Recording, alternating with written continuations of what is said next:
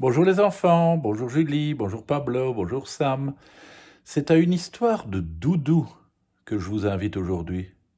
Vous avez un doudou, vous? Et comment s'appelle-t-il? Mhm. Doudou. Un jour, nous sommes allés nous promener, mes frères et moi. Maman a tenu à ce que nous emmenions notre petite sœur. C'est une véritable pleurnicheuse. Elle ne se déplace jamais sans sa vieille couverture fétiche. Elle lui parle, et quand ça ne va pas, elle la serre contre elle et pleurniche.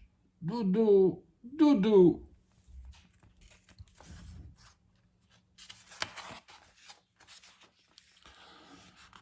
Elle n'arrivait pas à escalader la barrière. Alors elle a pleurniché. Doudou, doudou.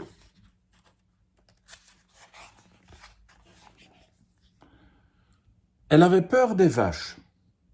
Alors elle a pleurniché. Doudou, doudou.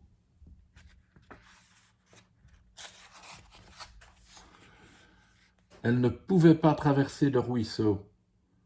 Alors elle a pleurniché. Doudou, doudou.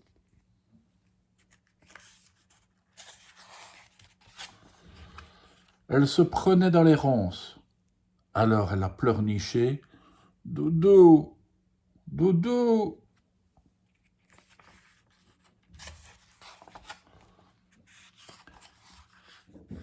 Elle s'est même mise à hurler. Doudou, doudou. Alors que nous marchions tranquillement sur le chemin. Pourquoi pleures-tu maintenant? Nous sommes-nous écriés. Doudou, doudou, a-t-elle sangloté en brandissant le brin de laine de sa couverture.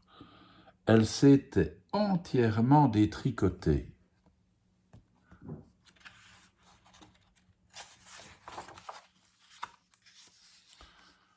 Ce n'est rien, ne pleure pas, lui avons-nous dit. Nous allons en faire une pelote pour qu'on puisse la tricoter de nouveau.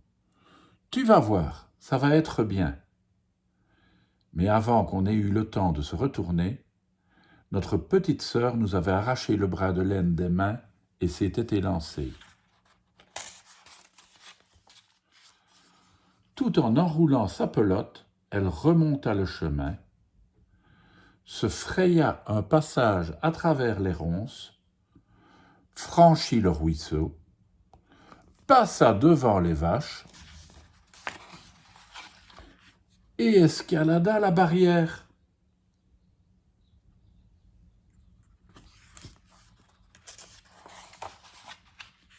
« Ah, vous voilà enfin !» s'exclama-t-elle lorsque nous l'eûmes rejointe. « Attrapez !»